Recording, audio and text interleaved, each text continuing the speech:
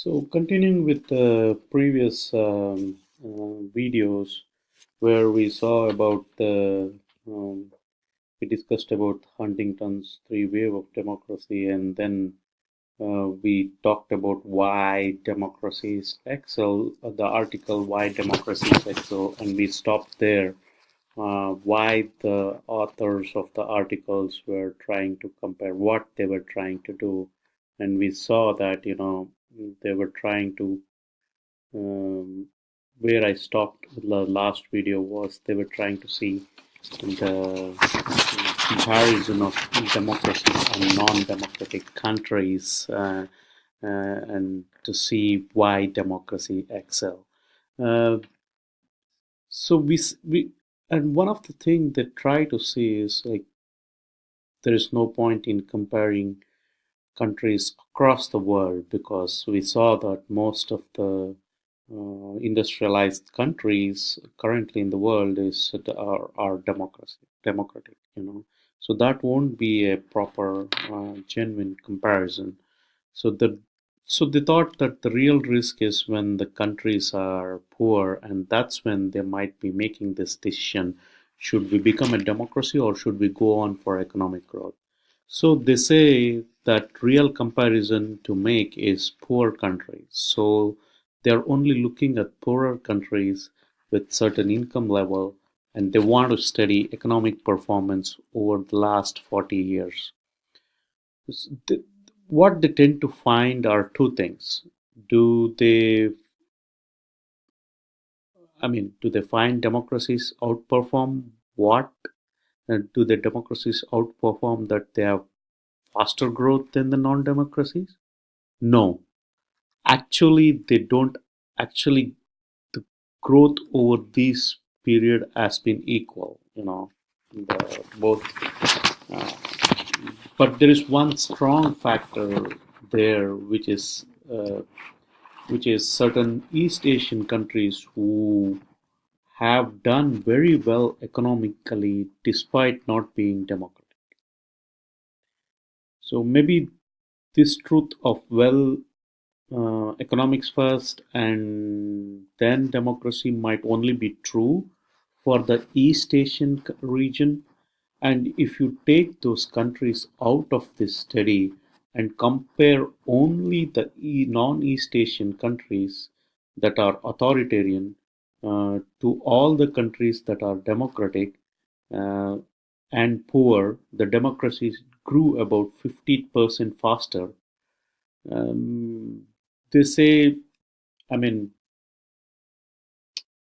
um, it's not really fair to say that the democracies only did as well as the non-democracies because several of the non-democracies didn't provide the data, right? So you can't factor in countries like uh, North Korea or Cuba that don't give you their economic data so far. And in that study, they just had blanks. So if you get information on Cuba, North Korea's economic growth, it would be pretty low and probably drag them down. But again, authoritarian regimes don't share their information easily. And so, even those authoritarian regimes which we have information, it's probably of dubious quality. So it's the same. However, there is a difference in the nature of growth. What does that mean? It means that maybe it grows in a trend line. You see, it grows in a trend line like this. It goes up like this, and that the beginning point um, and the end point here are the same for both democratic and non-democratic. The beginning point is here for both democratic and non-democratic if you consider this as a graph, and the end point is here for both democratic and non-democratic regimes. But the point is that growth of democracy is slow and steady. So it grows like this, and it is slow, but it is growing like this. Whereas that of authoritarian regimes, the growth would be up and down, up and down, up and down, like this, boom and bust, boom and bust, boom and bust. Uh, so you might as well ask, it's like, what's the difference? Because the end point is the same. You get to the same end point of economic growth, say after 30 years, 40 years, or in this case, 40 years. And but that's a quite misunderstanding because it's very hard on individual population when suddenly got a job, but then you don't have a job, you are starving, you are thrown out of your house, and then again you might find a job again, you might do well, buy too many things because the growth is going fast, and lose it all after a shaky up and down economic growth that gets you to the same place as the steady growth is really in the end not as good, right? The ups and downs are pretty bad. Again, one of the other things they kind of want to point out is, you know, another one of the poster cases for non-democratic regime that did very well economically is Chile. Um, from 1973 to 1989, had a military junta, and then eventually General Pinochet in power, and they did very well economically.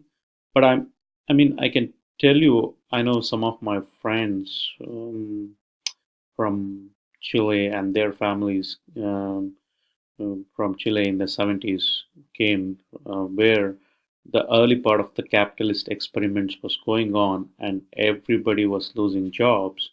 Chile did well in the 80s, but in the 70s, dictatorship was also an economic disaster and led to a lot of people fleeing, maybe for political prosecution, but a lot of also for economic reasons. So they say Chile looks good at the end, but it's put people through hell to get there.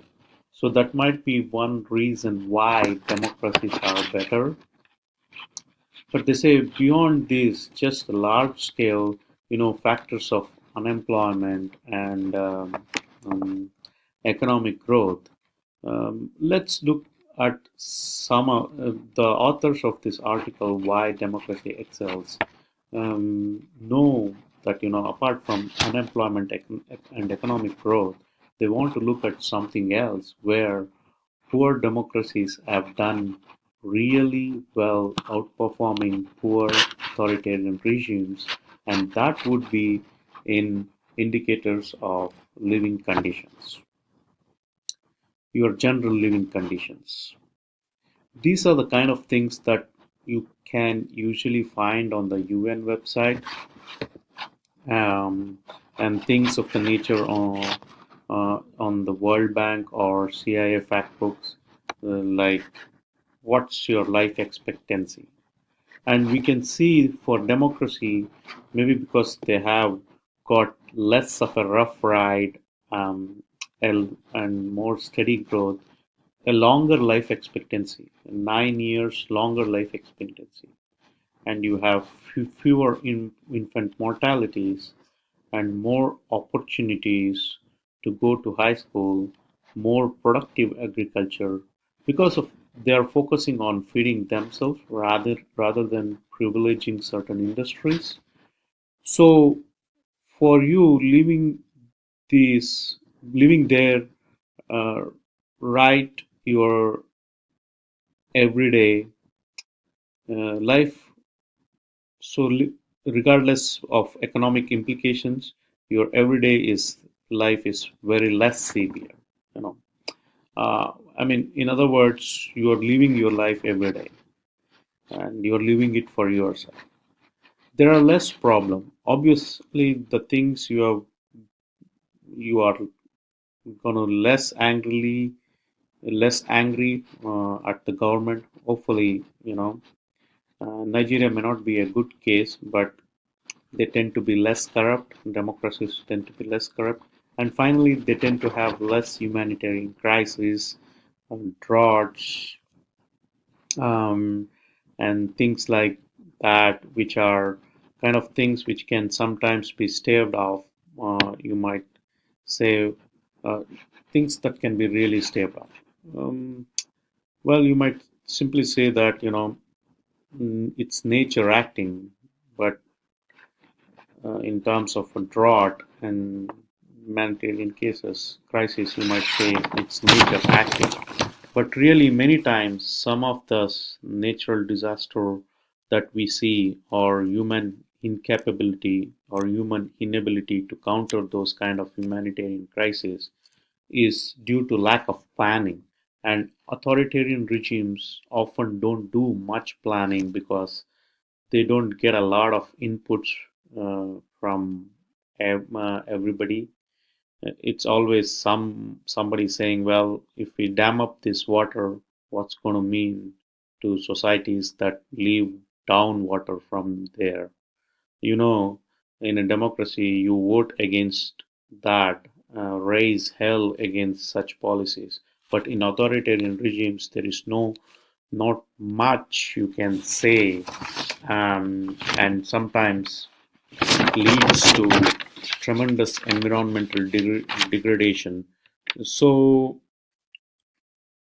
in closing, that's what they find that democracies excel.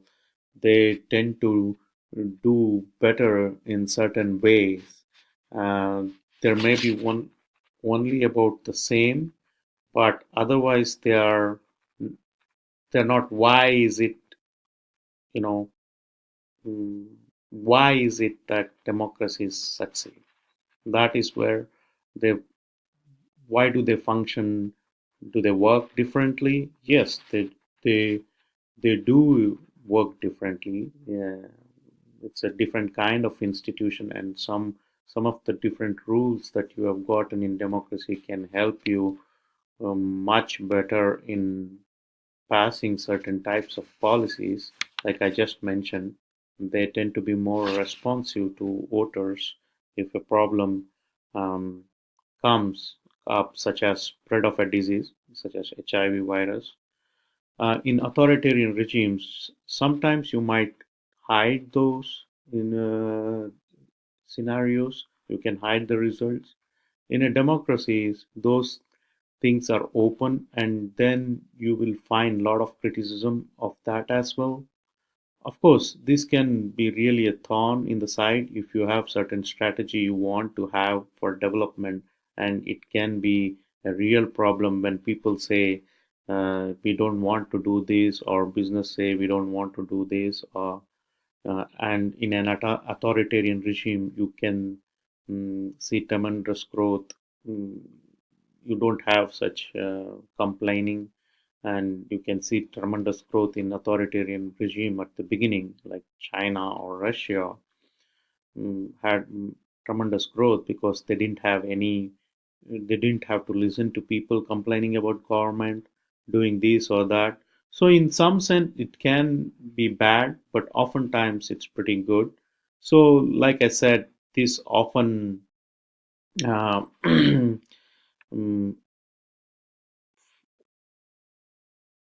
is pretty good. So I can this often this open another important sorry another important thing is that open flow of information is another good thing that democracy tend to have, and they also tend to have checks and balances, right? So mm, there is not just power from one small authoritarian group of people, but you have like it's the power is dispersed and you have checks and balances. So it's not some small group of countries, some small group of people running the country. It is, so in democracy, you have checks and balances.